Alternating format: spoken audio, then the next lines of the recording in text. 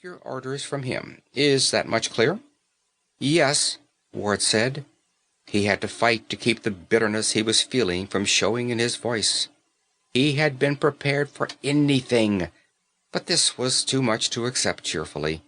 Serving on a dull, one-man base under the domination of a civilian who had probably been rejected by the regular service for timidity or incompetence was a bitter pill to swallow.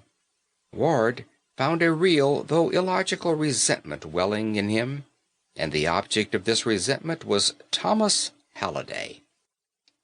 "Thomas Halliday," the colonel said, "is a very careful, painstaking meteorologist. He is completely dependable and reliable. The information he has sent us to date is accurate and thorough. Moreover, he is extremely cautious." The colonel paused and frowned, and his thick, strong fingers drummed irritably on the top of his desk. "Damn it," he said with sudden explosive impatience. "Sometimes I think the man is too cautious. He's been there 3 years now, and he still hasn't sent us a complete report on conditions there. Caution and care are fine qualities, but like all things, they can be overdone. We're planning on erecting a large special base in his locality when we finally get all the information, but we can't make a move until Halliday comes through." "Is there any reason why the research might have been delayed?" Ward asked. The colonel shook his head. "Not as far as we know. Now, don't get me wrong, I'm not damning any man until I know all the facts, but I'm not a pot-bellied armchair admiral.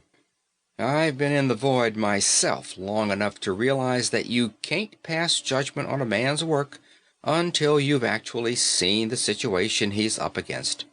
You can't get the complete picture from a 300-word report. There may be other factors to consider that we here don't know about. But Halliday's data isn't coming in fast enough, and I'm taking steps to get at the bottom of the trouble. I'm sending you there, Harrison, because your record indicates that you're a go-getter. Maybe what Halliday needs is a little more recklessness, a little more impulsiveness, and a lot less caution. I'm hoping that you will act as a spur to Halliday. Think you're up to the job?" Ward's eyes were flashing with excitement. His bitter disappointment had vanished. "I'll do my absolute best, sir," he said. The colonel's word had crystallized his swiftly formed animosity for this Thomas Halliday. The man was obviously a timid creature without sufficient guts to do a man's job. Ward felt an itching impatience to get started on this assignment. He wanted to meet Thomas Halliday. He was very anxious to begin his new duties as a spur to the man. "Halliday hasn't given us much information about what he's discovered on that section of Mars," the colonel said. "He's confined his reports exclusively to atmospheric data. In his first report, he mentioned that the area was inhabited, and I got the impression that he hasn't found the natives particularly friendly, but since he hasn't mentioned them since, I gather that he hasn't had any trouble with them. I guess that's about all, Lieutenant. This is an important job, and if you find any reason for Halliday's delay in getting that job done, I want you to flash me a message immediately.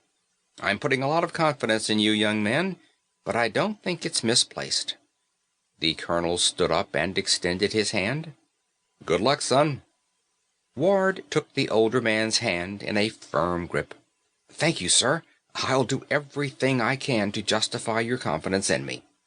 He saluted, right-about-faced smartly, and strode toward the door. The colonel followed his straight young back with his eyes, and there was a smile of pride on his face. Lieutenant Ward Harrison, in the opinion of the colonel, was definitely an excellent addition to the forces of Earth. Lieutenant Ward Harrison thought so himself, but he would have suffered his tongue to be torn out before admitting it. 3 days later, at 2440 interstellar time, Ward Harrison arrived at the Earth observation base located in the uncharted, inaccessible area of the southern plain of the planet Mars.